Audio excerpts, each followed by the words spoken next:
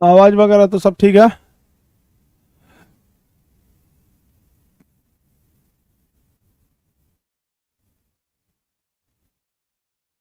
चलिए तब आगे बढ़ते हैं हम लोग।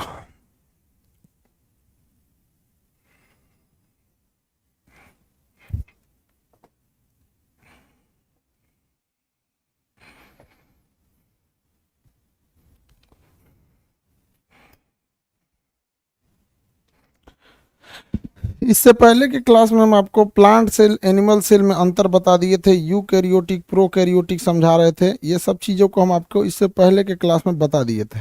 ठीक है, यूकैरियोटिक और प्रोकैरियोटिक।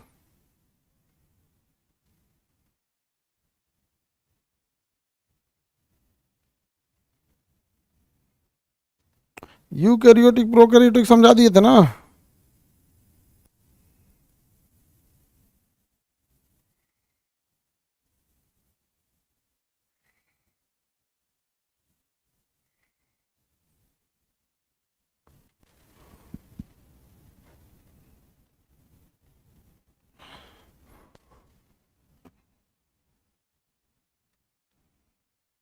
बाबू देखिए, इसमें ध्यान से देख के बताइए। इसमें प्रोकैरियोटिक कौन सा है? प्रोकैरियोटिक तो लिख ले है इस पे, तो बताइए देगा सब। प्रोकैरियोटिक कोशिकाओं में किसी चीज कुछ होता ही नहीं है ससुरा इसमें। इसमें ना माइट्रोकांडिया होता है, ना ही इसमें लाइसोसोम होता है। कुछ खास चीज इसमें नहीं होता, ना क्लोरोप्लास्ट होता है, कुछ भी नहीं होता है। इनके बाहर सीलिया और फ्लेजला होता है। बाहर में क्या होता है बताइए? ये लंबा वाला पूंछ फ्लेजला है, और ये सब क्या है? सीलिया है। इसके बाहर एक सेल वॉल टाइप का एक कवर, इसके अंदर एक न्यूक्लियस होगा। न्यूक्लियस की सेफ्टी के लिए न्यूक्लियस के बाहर एनवेलप भी नहीं होता है। बताइए, इसके अंदर प्रोटीन बनाने के लिए राइबोसोम तो होता है, बट यह राइबोसोम कौन सा होता है? 70S वाला होता है। कौन सा होता है? 70S वाला। जबकि इसमें देखिएगा इतने बड़े बड़े कोशिका के अंग होते हैं जिसका कोई हद नहीं। तो बताइए, हम लोग या पेड़ पौधे या जानवरों में कौन सा होता है? यूकैरियोटिक होते हैं हम लोग। यूकैरियोटिक यानी विकसित कोशिका होते हैं। यूकैरियोटिक और प्रोकैरियोटिक में हम अंतर बता दिए थे आप लोग को। देखिए, प्रोकैरियोटिक कोशिकाएं छोटे बैक्टीरिया वायरस में होता है, और इनमें ना बहुत ज़्यादा डेवलपमेंट नहीं देखा जाता है। प्रोकैरियोटिक कोशिकाओं के अंदर जो कोशिका का सबसे मुख्य भाग जो ब्रेन होता है, उस ब्रेन के बाहर किसी भी तरह का कवर नहीं लगा रहता है, न्यूक्लियस नहीं होता है। न्यूक्लियस के बाहर कवर नहीं होता है। देखिए, इसमें माइट्रोकांडिया तो होता ही नहीं है, तो श्वसन जो होता है ऑक्सीजन माइट्रोकांडिया में जा ही नहीं पाता है। इसलिए वो कोशिका के अंदर जो द्रव भरा हुआ है, लिक्विड जिसे हम जीव द्रव्य कहते हैं, उसी में सारा ऑक्सीजन चला जाता है यहाँ पे। इसके बाद कोशिका झिल्ली कोशिका झिल्ली तो सब में पाई जाती है। इसमें कोशिका भित्ति भी पाई जाती है, बहुत कमजोर होती है।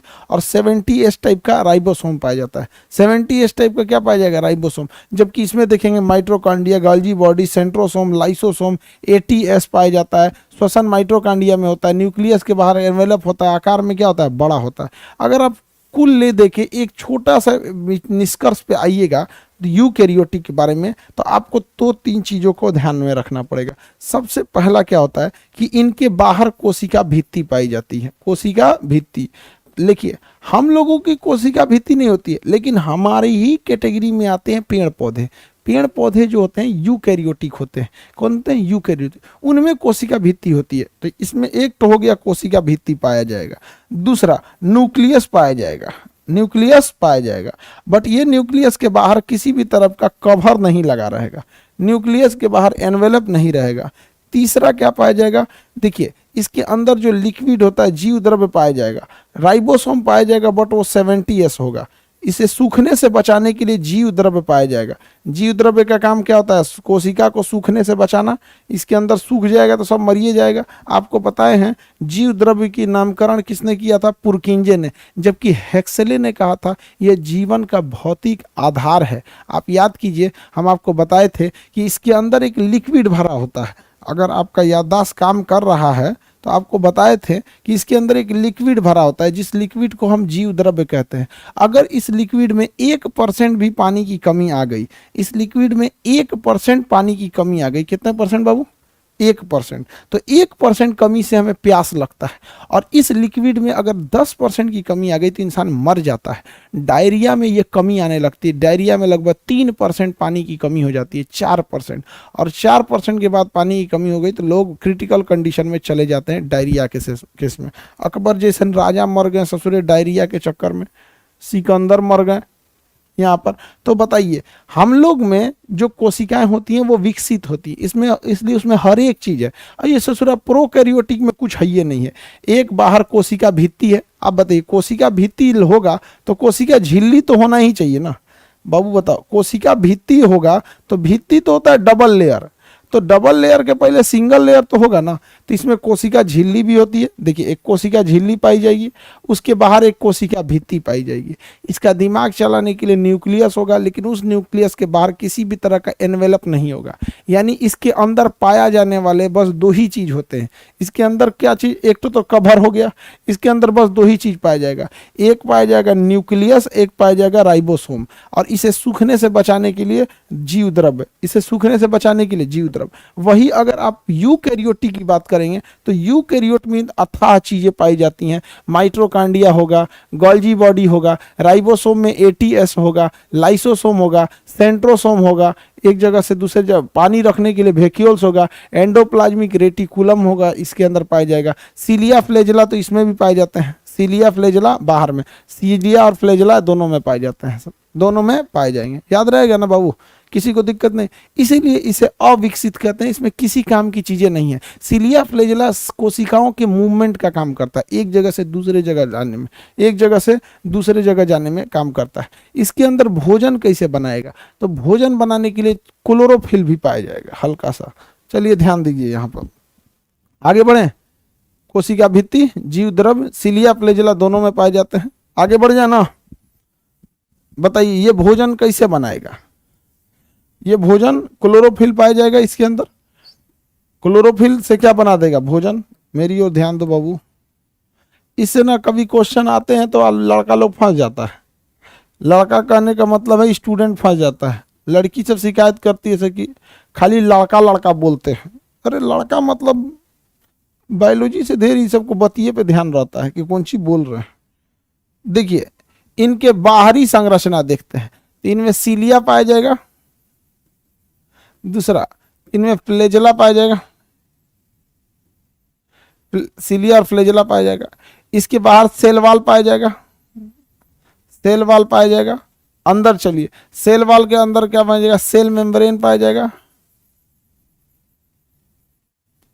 सेल मेम्ब्रेन पाया जाएगा। सेल मेम्ब्रेन के अंदर अगर आप जाएंगे तो राइबोसोम मिलेगा कि नहीं मिलेगा, राइबोसोम, लेकिन यह राइबोसोम 70S वाला मिलेगा। बताइए, न्यूक्लियस मिलेगा कि नहीं मिलेगा, न्यूक्लियस मिलेगा, बिल्कुल न्यूक्लियस मिलेगा। न्यूक्लियस के बाहर कवर नहीं होगा। ससुरा के अंदर डीएनए जो होता है, देखिए डीएनए और आरएनए में अंतर समझिए, अपने मन से आपको बताना पड़ेगा। ये डबल लेयर का होगा ना, ये डबल लेयर, तो इसे हम कहेंगे डीएनए। ये डबल लेयर का होगा तो इसे क्या कहेंगे, डीएनए कहेंगे। डबल लेयर है तो डीएनए।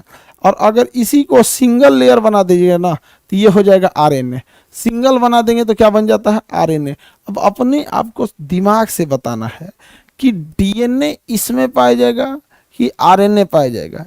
वही आपको सोच के बताना है कि प्रोकैरियोटिक में डीएनए होना चाहिए डबल वाला कि सिंगल वाला आरएनए होना चाहिए, डबल वाला डीएनए होना चाहिए या सिंगल वाला आरएनए होना चाहिए। अपने मन से सोच के बताइए, क्योंकि वो अविकसित कोशिका है, उसमें हर चीज छोटा देना है। वेरी गुड, कुछ लोगों का आंसर सही है। इसमें आरएनए पाया जाता है। क्या पाया जाएगा, आरएनए। क्योंकि देख रहे हैं कि जब राइबोसोम की बारी आई तो बड़का इधर गया एटीएस, छोटका इधर आया 70S। तो भैया जब डीएनए और आरएनए में आएगा तो बड़का भाग डीएनए उधर चल जाएगा, आरएनए इधर आएगा। बताइए, इसके अंदर की कोशिकाएं सूख ना जाए, इस वजह से इसमें क्या भरा होता है, जीव द्रव्य भरा होता है। क्या भरा होता है, जीव द्रव्य भरा होता है, जीव द्रव्य। वही अगर आप प्रोकैरियोटिक की बात करते हैं, किसकी बात करते हैं, प्रोकैरियोटिक की, या प्रोकैरियोटिक तो बता दिए यूकैरियोटिक की, तो यूकैरियोटिक में अथाह चीजें भरी होती हैं। चलिए हम यूकैरियोटिक को इधर लिखते हैं। यूकैरियोटिक कोशिकाओं के अगर बाहर दिखेगा सबसे पहले तो इसमें भी सीलिया और फ्लैजेला पाया जाएगा, सीलिया पाया जाएगा, फ्लैजेला पाया जाएगा, ठीक है, बाहर में सेल वॉल होगा। अगर पेड़ पौधा है तो बाहर में क्या होगा, सेल वॉल। और पेड़ पौधा नहीं है, हम लोग हैं, तो सेल मेम्ब्रेन होगा। हम लोग में तो सेल मेम्ब्रेन होता है। अंदर चलिएगा सेल मेम्ब्रेन के अंदर, तो इसमें बहुत सारी चीजें पाई जाएंगी, जैसे माइटोकॉन्ड्रिया पाया जाएगा,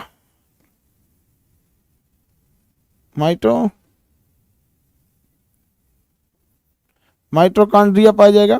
और इसमें क्या पाया जाएगा, गोल्जी बॉडी पाया जाएगा, गोल्जी बॉडी पाया जाएगा। और क्या पाया जाएंगे भाई, गोल्जी बॉडी के बाद राइबोसोम, एंडोप्लाज्मिक रेटिकुलम मिलेगा, एंडोप्लाज्मिक रेटिकुलम के बाद राइबोसोम मिलेगा। बताइए राइबोसोम में कौन सा मिलेगा, एटीएस मिलेगा, राइबोसोम यहाँ पर एटीएस मिलेगा।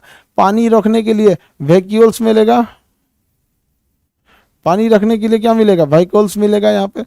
इसके अंदर पानी के अलावे अगर आप देखेंगे न्यूक्लियस मिलेगा। न्यूक्लियस के बाहर क्या होगा, एनवेलप होगा कि नहीं, कवर होगा। न्यूक्लियर के बाहर क्या रहेगा, कवर, वो बिना कवर रहेगा। इसके अंदर डीएनए मिलेगा कि आरएनए मिलेगा, तो ज़्यादा डेवलप क्या मिलेगा, डीएनए मिल जाएगा यहाँ पर। भोजन बनाने के लिए बताइए, इसको क्लोरोप्लास्ट मिला था कि नहीं, भोजन बनाने के लिए इसे क्लोरोप्लास्ट मिला था, क्लोरोप्लास्ट,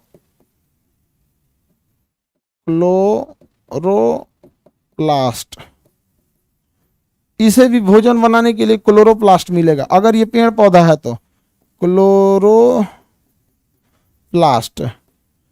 इसके अंदर भी सूखे ना, इसलिए इसमें भी क्या भरा हुआ है, जीव द्रव्य, जीव द्रव्य, प्रोटोप्लाज्म इसमें भरा हुआ है। तो दोनों में आप अंतर समझ में आ गया, दोनों में आप लोग को अंतर समझ में आ गया कि नहीं आ गया।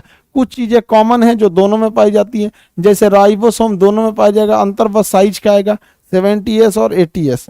अब आप बताओ, जितने भी कीड़े मकोड़े फैलाने वाले हैं, सब बीमारी फैलाने वाले, सब किस में जाएंगे, सब प्रोकैरियोटिक में जाएंगे सब। और जितने हम लोग हैं यूकैरियोटिक में जाएंगे। आप लोग किस में जाएंगे, यूकैरियोटिक में जाएंगे सब।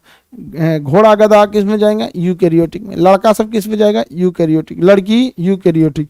Hindi medium eukaryotic, English medium eukaryotic. आगे बढ़ जाए, हो गया, किसी को कोई दिक्कत नहीं ना। एक क्वेश्चन पूछा था, क्या यूकैरियोटिक कोशिकाएं प्रोकैरियोटिक हो सकती हैं, ये कैसे हो जाएगा। मैट्रिक किया हुआ लड़का, ग्रेजुएशन किया हुआ लड़का मैट्रिक में जाके फेल हो जाए। देखिए ध्यान से, अब मेरी ओर ध्यान दीजिए।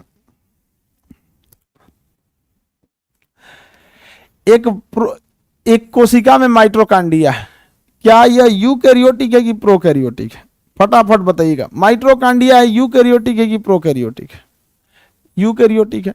एंडोप्लाज्मिक रेटिकुलम है, प्रोकैरियोटिक है। सेंट्रोसोम सॉरी यूकैरियोटिक है, सेंट्रोसोम यूकैरियोटिक हो गया। लाइसोसोम यूकैरियोटिक हो गया आपको। वैक्यूल्स यूकैरियोटिक हो गया। गोल्जी बॉडी यूकैरियोटिक हो गया। अगर बताइए इसमें क्लोरोप्लास्ट, जिसे हम प्लास्टिड कहते हैं, क्या कहेंगे, प्लास्टिड कहते हैं, ये भी यूकैरियोटिक है। न्यूक्लियस, इतना बड़ा है, न्यूक्लियस हो गया। और न्यूक्लियस के बाहर कवर है, क्या हो गया भैया, यूकैरियोटिक। तो ये सब के सब क्या है, यूकैरियोटिक की पहचान है। इस कोशिका को देख रहे हैं, यूकैरियोटिक, यूकैरियोटिक, यूकैरियोटिक। हम यूकैरियोटिक में बस यहां प्लास्टिड हटा दीजिएगा तो ये मानव की कोशिका हो जाएगी।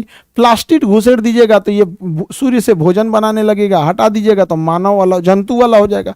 तो देखिए, जंतु कोशिका और पादप कोशिका दोनों किसका हिस्सा है, यूकैरियोटिक। अरे भैया, यूकैरियोटिक में एक हिस्सा होता है जंतु का और एक होता है पादप का। पादप की कोशिकाएं बड़ी होती हैं जंतु की तुलना में। इनमें दो चीजें बस एक्स्ट्रा होती है, एक होती है प्लास्टिड और एक होता है सेल वॉल। एक क्या होता है, सेल वॉल। बाकी तो ये जंतु कोशिका के ही समान है। मेरी ओर ध्यान दीजिए, अब यहां पे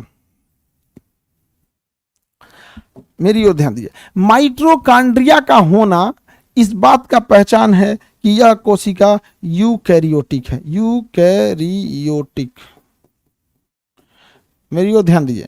माइटोकॉन्ड्रिया का होना इस बात की पहचान है कि यह यूकैरियोटिक है। एक ये तो पहचान हो गया। दूसरी एक और पहचान है यूकैरियोटिक की, कि राइबोसोम का एटीएस होना, राइबोसोम का एटीएस होना ये भी पहचान है यूकैरियोटिक की, ये भी पहचान है यूकैरियोटिक की। लेकिन देखिए ध्यान से, लेकिन माइटोकॉन्ड्रिया चूंकि ऊर्जा बनाता है तो इसे ऊर्जा निर्माण करने के लिए इसके आंतरिक संरचनाओं को देखिएगा, माइटोकॉन्ड्रिया के आंतरिक संरचनाओं को, तो माइटोकॉन्ड्रिया की आंतरिक संरचना को हम क्या कहते हैं, क्रिस्टी कहते हैं। माइटोकॉन्ड्रिया की आंतरिक संरचना को हम क्या कहेंगे, क्रिस्टी। माइटोकॉन्ड्रिया के आंतरिक संरचना को हम क्या कहेंगे, क्रिस्टी कहते हैं। और इस क्रिस्टी के अंदर क्या पाया जाता है, राइबोसोम, और वह पाया जाता है 70S वाला। अब हो गया बवाल, मेरी ओर ध्यान दीजिए। यह पूरी की पूरी कोशिका जो है, यह पूरी की पूरी कोशिका, यह एक यूकैरियोटिक कोशिका है। यह पूरी की पूरी कोशिका एक यूकैरियोटिक कोशिका है। पहचान बहुत ज़्यादा है, लाइसोसोम का होना, सेंट्रोसोम का होना, ईआर का होना, राइबोसोम का एटीएस होना, प्लेटलेट पाए जाना, प्लास्टिड पाए जाना, गाल्जी बॉडी, ये सारा का सारा पहचान है यूकैरियोटिक का। यानी हम लोग की कोशिका, हमारी ही कोशिका के अंदर जो ससुरा प्रोटीन बनाने, जो ऊर्जा बनाता है, नाम क्या इसका, माइटोकॉन्ड्रिया, इस ससुरा अपने अंदर चोरवा के छुपा कर एगो 70S राइबोसोम रखा रहता है, और इससे कहता है ना कि तुम हमको प्रोटीन दो, तो 70S कहता है कि भैया तुम्हारे को प्रोटीन बहुत जरूरत है, हम कहाँ बना पाएंगे, तुमको तो ज्यादा जरूरत है। तो माइटोकॉन्ड्रिया कहता है कि रे चोट्टा, हम तुमसे कह थोड़े रहे कि तुम प्रोटीन बना के सबको दो, सबको दोगे तब ना तुमको जरूरत ज्यादा पड़ेगा। सबको देने के लिए तो एटीएस वाला है, ये एटीएस प्रोटीन बनाएगा, वो ईआर को भी देगा, सबको देगा, लो लो लो लो, प्रोटीन बनेगा, सब में बटेगा, प्रोटीन बनेगा, सब में बटेगा। लेकिन माइटोकॉन्ड्रिया कहता है कि भैया हमको दिन भर ऊर्जा चलाना पड़ता है, क्योंकि जब भी आदमी सांस लेगा वह सांस कहाँ चला जाता है, माइटोकॉन्ड्रिया में। आदमी सांस लेना बंद करेगा नहीं, तो कह रहा है भैया हमारा 24 घंटा काम है। तो ये वाला जो राइबोसोम है एटीएस, ये प्रोटीन बनाता है तो सबको देता है, और तनिषा हमको भी दे देता है। अब बताओ हमारा काम ज्यादा है ना, तो इस ससुरा अपना एगो पर्सनल कारखाना रखा है प्रोटीन का, छोटका फैक्ट्री 70S। कौन सा, 70S। तो क्वेश्चन पूछता है बाबू, कोशिका के अंदर प्रोटीन निर्माण तो राइबोसोम कर ही देता है, और यह एटीएस राइबोसोम करता है। कोशिका के अंदर का कौन सा अंग है जो ससुरा अपने लिए पर्सनल राइबोसोम रखे रहता है, तो पर्सनली राइबोसोम रहता है माइटोकॉन्ड्रिया, लेकिन यह अपना राइबोसोम से बनने वाला प्रोटीन दूसरे को नहीं देता है। तो बताइए यह 70S जो माइटोकॉन्ड्रिया के अंदर है, 70S जो किसके अंदर है, माइटोकॉन्ड्रिया, क्या दूसरे काम में आएगा, नहीं आएगा। तो अब ये कोशिका कौन सी थी, यूकैरियोटिक। ये कौन सी का थी, यूकैरियोटिक। इस यूकैरियोटिक में माइटोकॉन्ड्रिया एक ऐसा चीज था, माइटोकॉन्ड्रिया जो अपने पास 70S रखा है, जो किसका गुण है, यह 70S किसका गुण है, प्रोकैरियोटिक का। यह गुण किसका है, प्रोकैरियोटिक का, प्रोकैरियोटिक, प्रोकैरियोटिक का। इसलिए क्वेश्चन पूछा था सीजीएल में कि यूकैरियोटिक कोशिका के अंदर वह कौन सा ऐसा अंग है जिसके अंदर प्रोकैरियोटिक के गुण पाए जाते हैं, तो माइटोकॉन्ड्रिया। कौन सा है, माइटोकॉन्ड्रिया, क्योंकि माइटोकॉन्ड्रिया ससुरा एक ऐसा अंग है जो अपने लिए भी प्रोटीन बनवाता है, अपने अंदर रखे 70S के माध्यम से। तो बताइए यूकैरियोटिक कोशिका के अंदर प्रोकैरियोटिक वाला लक्षण किसमें पाया जाता है, माइटोकॉन्ड्रिया में। किसमें पाया जाता है, माइटोकॉन्ड्रिया में। प्रोकैरियोटिक वाला लक्षण पाया जाता है माइटोकॉन्ड्रिया में, याद रहेगा। ये क्वेश्चन पूछा था, प्रोकैरियोटिक, यूकैरियोटिक के अंदर प्रोकैरियोटिक किसे कहते हैं, यूकैरियोटिक के अंदर प्रोकैरियोटिक किसे कहते हैं, किसे कहेंगे,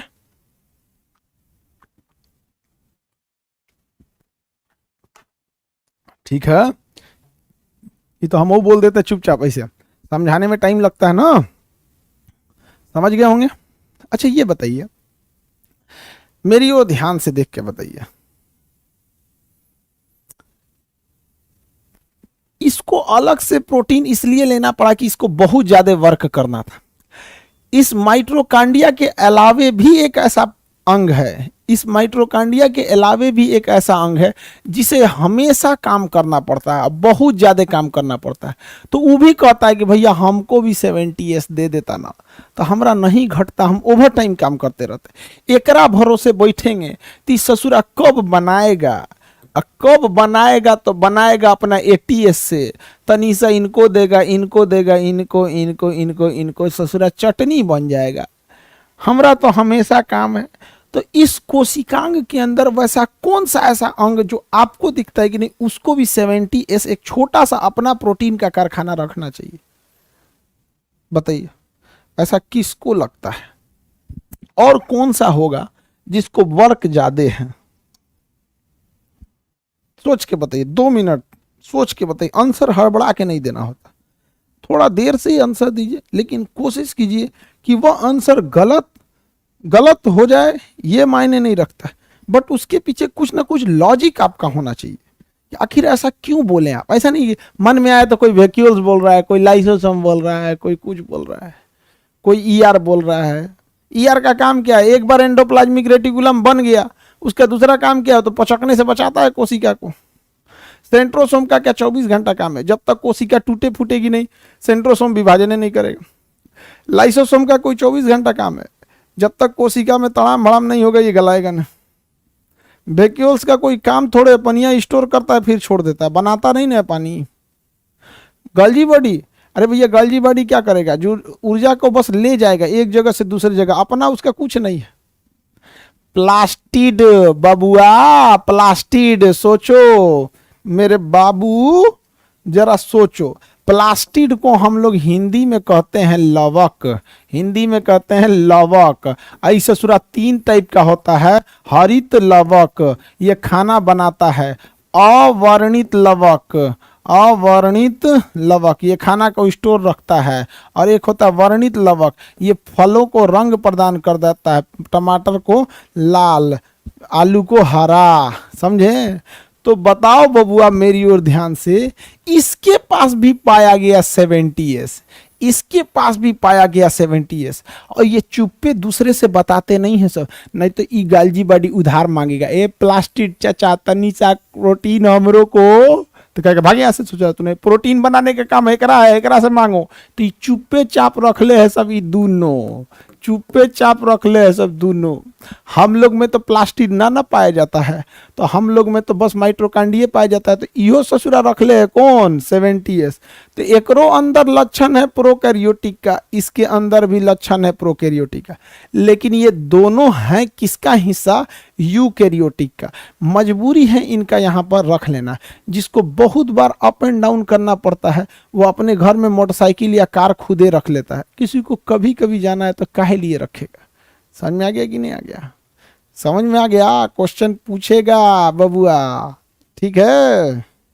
यूकैरियोटिक के अंदर प्रोकैरियोटिक का लक्षण 2 ही जगह दिखता है, माइटोकॉन्ड्रिया और क्लोरोप्लास्ट में। माइटोकॉन्ड्रिया और क्लोरोप्लास्ट में, क्योंकि इन्हें बहुत ज़्यादा काम करना होता है, अतः यह केवल और केवल ओरिजिनल राइबोसोम जो ATS वाला है उसके द्वारा बने गए प्रोटीन पर निर्भर नहीं रहते हैं, वो भी देता है। इसके अलावे यह इनका काम न रुके, अपना छोटा छोटा कारखाना लेके बैठे रहते हैं। सबको समझ में आ गया? वाह, सबको समझ में आ गया। एक बात बताइए, अगर किसी कोशिका के बाहर दीवार नहीं है, कोशिका भित्ति नहीं है, तो वो मानव यानी जंतु कोशिका है या पादप कोशिका है? दीवार नहीं है, कोशिका भित्ति में तो एक्स्ट्रा मजबूती नहीं है, तो मानव कोशिका है। कौन सी है? मानव को। हम लोग में छाल थोड़े पाया जाता है, मानव कोशिका। चलिए अब ध्यान दो बाबू, सब लोग समझ रहा है। लो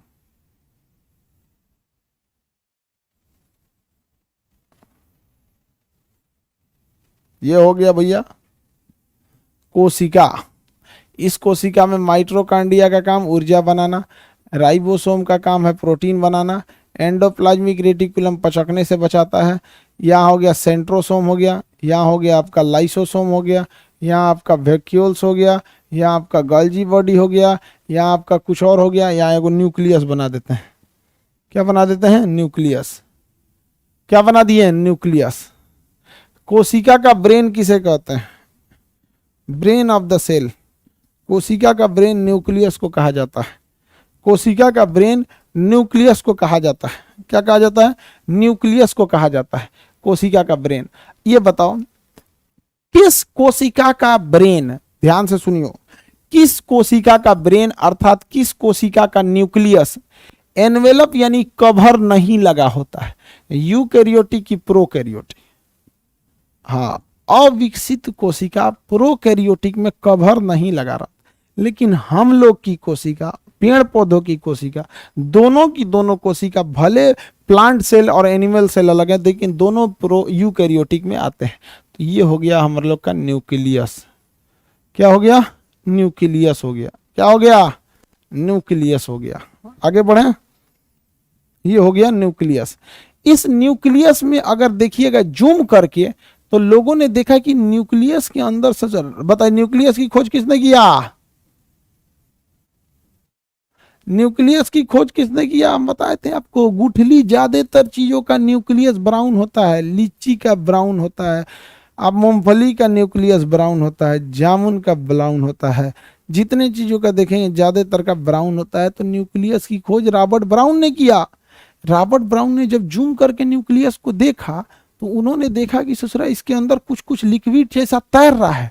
रॉबर्ट ब्राउन को लगा कि होगा कुछ, रॉबर्ट ब्राउन को लगा होगा कुछ, तो रॉबर्ट ब्राउन न्यूक्लियस की खोज करके चले गए। तो एक आया, कहा कि आखिर ससुरा इसमें तैर कौन ची रहा है। तो जो इसमें अंदरवा था उसको निकाल के जूम करके देखा तो देखा कि ससुरा रिंच ऐसा कुछ है, इसमें रिंच ऐसा कुछ है। तो इसका नाम दिया गया क्रोमोसोम। क्या दिया गया? क्रोमोसोम। क्रोमोसोम, क्रोमोसोम, गुणसूत्र।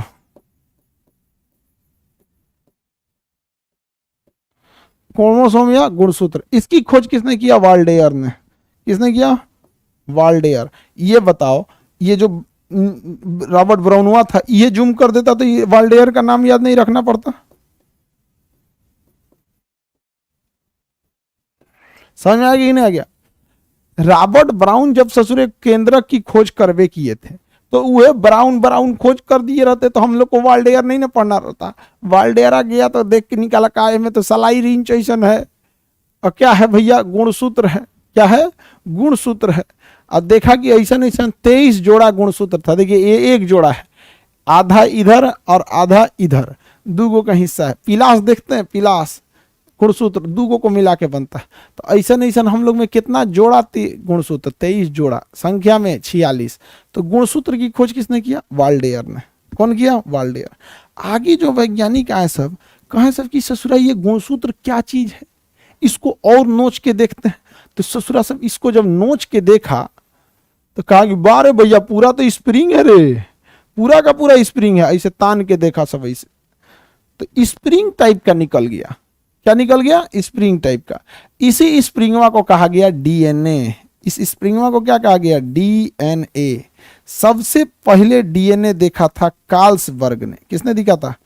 कार्लसबर्ग। सबसे पहले दिखा था कार्लसबर्ग, और इसका डिजाइन दिया था वाटसन एंड क्रिक। डीएनए का डिजाइन, ये गोलाकार डिजाइन किसने बनाया था? Watson and Crick. लेकिन सबसे पहले देखा कौन था? तो कार्लसबर्ग। सबसे पहले देखा कौन था? कार्लसबर्ग। डीएनए को सबसे पहले देखा कार्लसबर्ग, हालांकि डिजाइन तैयार किया वाटसन एंड क्रिक।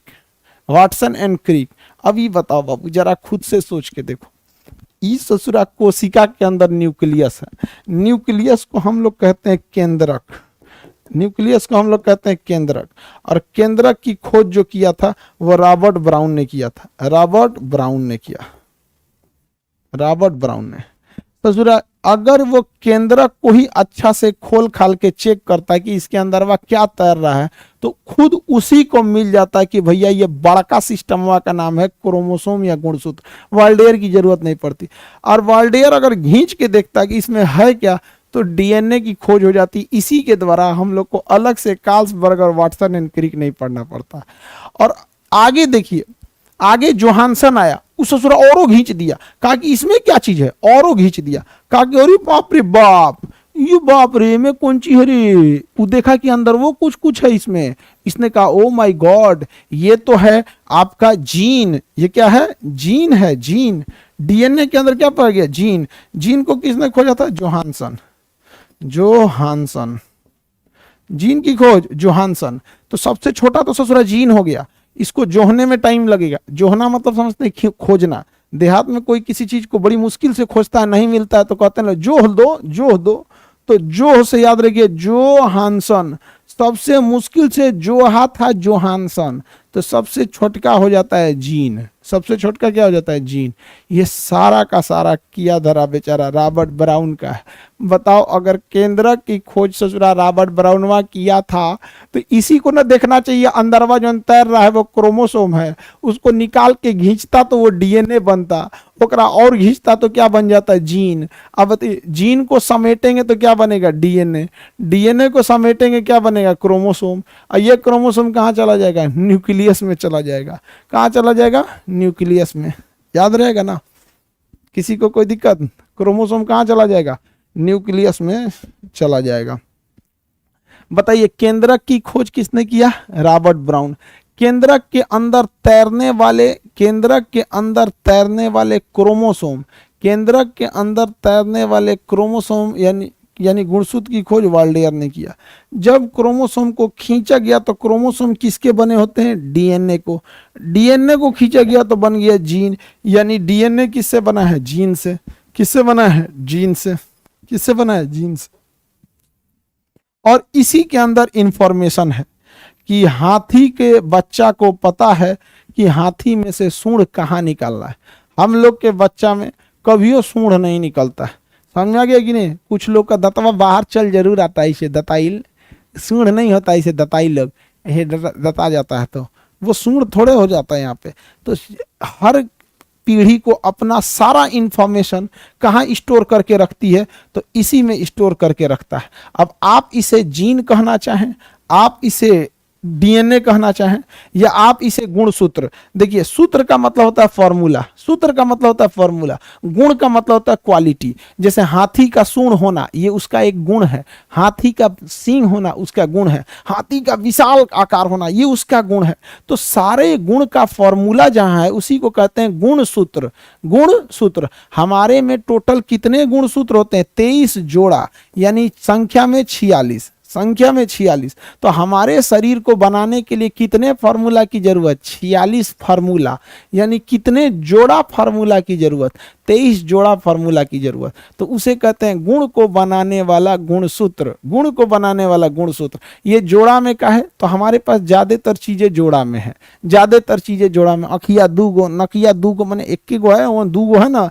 जबड़ा देखिए 16 दांत नीचे 16 दांत ऊपर, एगो कान एन्ने एगो कान एन्ने, एगो आँख एन्ने एगो आँख इधर, दू गो जोड़ा में, दूगो हाथ दूगो पैर, दूगो दिल। दिल दूगो नहीं, दिल एक के है। एगो गाना है ना, काश कहीं ऐसा होता दो दिल होते सीने, दूगो दिल होंगे ससुरे तुनाई। अपने को नहीं देख रहा है कि लाल पीला हरा नहीं करते हैं तो कोई दिक्कत नहीं होता, लेकिन ना ये देखेंगे, अपने रहेंगे मुंह झौंसल और देखेंगे और लात मार देगी तो दूगो दिल होता सीन। अरे यार बताओ, 2 दिल बनाने में ज्यादा मेहनत पड़ेगा, बहुत मेहनत है 2 दिल बनाने में। पूरा सूत्र चेंज करना पड़ेगा, पूरा क्रोमोजोम 46 के जगह 47 करना पड़ेगा, डीएनए चेंज हो जाएगा, जीन चेंज हो जाएगा ना, सब चेंज करेंगे ससुरात नहीं, लेकिन देखेंगे जरूर। मार देगी लात तो जाएंगे लोग यहाँ से। 2 दिल होते सीने में, कोनो कहेगा 4 गो किडनी होता, पियक्कड़ रहेगा, पीने के बाद कहेगा काश कहीं ऐसा होता 2 लीवर होते पेट में, एक फट भी जाता पीने में, तकलीफ न होती जीने में। सजुरा कहीं मतलब आपन लक्षण ना सुधारेगा लोग, पूरा बायोलॉजी चेंज करेगा। बताओ, पूरा सूत्र बना हुआ है, ये सूत्र कभी चेंज होने वाला है? लीवर फाड़ेगा अपना, पी के दारू पी के लीवर फाड़ेगा और उधर लाल पीला हरा करके दिल फोड़ देगा अपना। जितना खाली बैठल रहता है इन्हीं सबको कोई ना कोई पसंद आता है। चलो ध्यान दो इधर। तो बताइए, न्यूक्लियस, कोशिका के अंदर न्यूक्लियस, न्यूक्लियस के अंदर क्रोमोसोम, क्रोमोसोम को क्या कहते हैं, गुणसूत्र, यानी एक पीढ़ी से अगली पीढ़ी में जितने गुणों को ले जाना है वो इसी सूत्र से ले जाती है, इसलिए इसका नाम है गुणसूत्र। तो बताइए, बाप का गुण बेटे में जाता है, वो वाला गुण नहीं कि गुण मतलब है हाथ पैर वाला गुण, 206 हड्डी 206 हड्डी, दूगो आंख, बिना पूंछ का, ये वाला गुण, जिस गुण को प्रकृति ने हमें दिया है, जिस गुण को हमने अपनाया है। जैसे कोई होता है बहुत जल्दी गुस्सा आ जाता है, ये उसका पर्सनल गुण है, ये बायोलॉजिकल गुण नहीं है। कोई शांति से सुनता है, तो ये सब एक्वायर्ड गुण नहीं है। आगे बढ़ जाना, ये बताइए, जो एक पीढ़ी से दूसरी पीढ़ी यानी वंशानुगत जो चीजें जाती हैं, बंदर का बेटा के में भी पूंछ हो जाता है, ऐसे थोड़ी होता है बंदर का बेटा बकरी हो जाएगा, क्योंकि फॉर्मूले गलत हो जाएगा, तब तो गुणसूत्रे नहीं है वहां पे, उसका सूत्र गलत है। तो वंशानुगत जो चीजें चलती हैं, शेर का बेटा शेर, हाथी का बेटा हाथी, गधा का बेटा गधा, आदमी का बेटा आदमी, मतलब मानव, आदमी का अलग, मतलब औरत गुस्सी आ जाएगी, हमारा छोड़ दिए। चलिए ध्यान दें, मानव का बेटा मानव। आगे बढ़े, किसी को कोई दिक्कत नहीं ना? ये बताइए, गुण का जो ट्रांसफर होता है, हेरिटेज जो होता है वंशानुगत, आप उसके पास आपको आंसर देने के लिए 3 रास्ते। आप कहिए कि एक गुण को दूसरे गुण में जीन ले जाता है, अगर आप जीन नहीं बोलना चाहते हैं तो एक गुण को दूसरे गुण को ले जाने का काम डीएनए करता है, अगर डीएनए नहीं बोलना चाहते हैं तो क्या बोल दिए, क्रोमोसोम ले जाता है। ये बताइए बाबू, क्रोमोसोम के अंदर, क्रोमोसोम किसका बना होता है, डीएनए का, इसके पूरे के पूरे अंदर क्या भरा हुआ है, डीएनए भरा हुआ है, पूरे इसके अंदर क्या भरा हुआ है, डीएनए, इस क्रोमोसोम के अंदर क्या भरा हुआ है, पूरा का पूरा डीएनए भरा हुआ है, डीएनए भरा हुआ है। आगे बढ़े, डीएनए के अंदर क्या भरा हुआ है, जीन भरा हुआ है, और जीन के अंदर क्या भरा हुआ है, न्यूक्लियोटाइड भरा हुआ है। आगे पढ़ेंगे न्यूक्लियोटाइड को, यहाँ पर समझ आ गया कि नहीं आ गया? तो बताइए, केंद्रक से क्या निकलेगा, क्रोमोसोम। देख बबुआ ध्यान से, केंद्रक से क्या निकलेगा, क्रोमोसोम, क्रोमोसोम को खींचेंगे तो डीएनए, और डीएनए को खींच देंगे तो जीन, और समेटेंगे, जीन बन जाएगा डीएनए, और जीन बन जाएगा डीएनए, जीन क्या बन जाएगा, डीएनए, और डीएनए क्या बन जाएगा, क्रोमोसोम, और क्रोमोसोम चला जाएगा इसमें।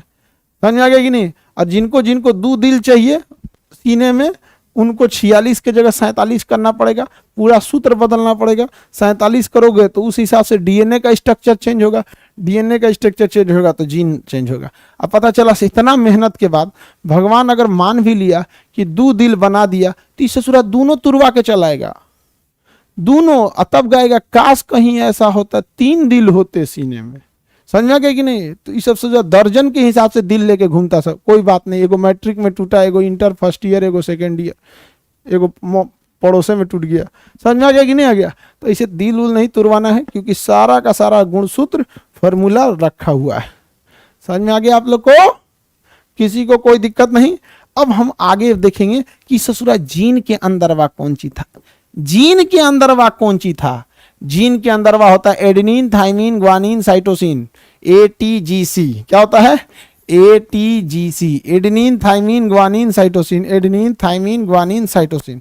याद रहेगा ना? क्वेश्चन पूछता है बाबू इससे, बढ़िया बढ़िया, इसलिए इसको भूलना नहीं है। चलिए आज के लिए इतना ही रहने देते हैं, आगे का क्लास कल होगा। 1 आध सेकेंड के लिए कभी अगर नेटवर्क फ्लक्चुएट हो जाए तो आप लोग हल्ला नहीं करेंगे, आप लोग 5G के ज़माना के हैं, आप लोग खुद ही विद्वान हैं। तो 1 आध सेकेंड के लिए कभी कट जाए तो आप लोग समझिएगा कि लिंक कट गया, तो उसको दोबारा जनरेट करने में 2-3 मिनट लग जाता है, कर दिया जाएगा। आज के लिए इतना ही रहने देते हैं, अगला क्लास कल करेंगे, ठीक है? ठीक है ना? चलिए आगे का क्लास कल देखेंगे।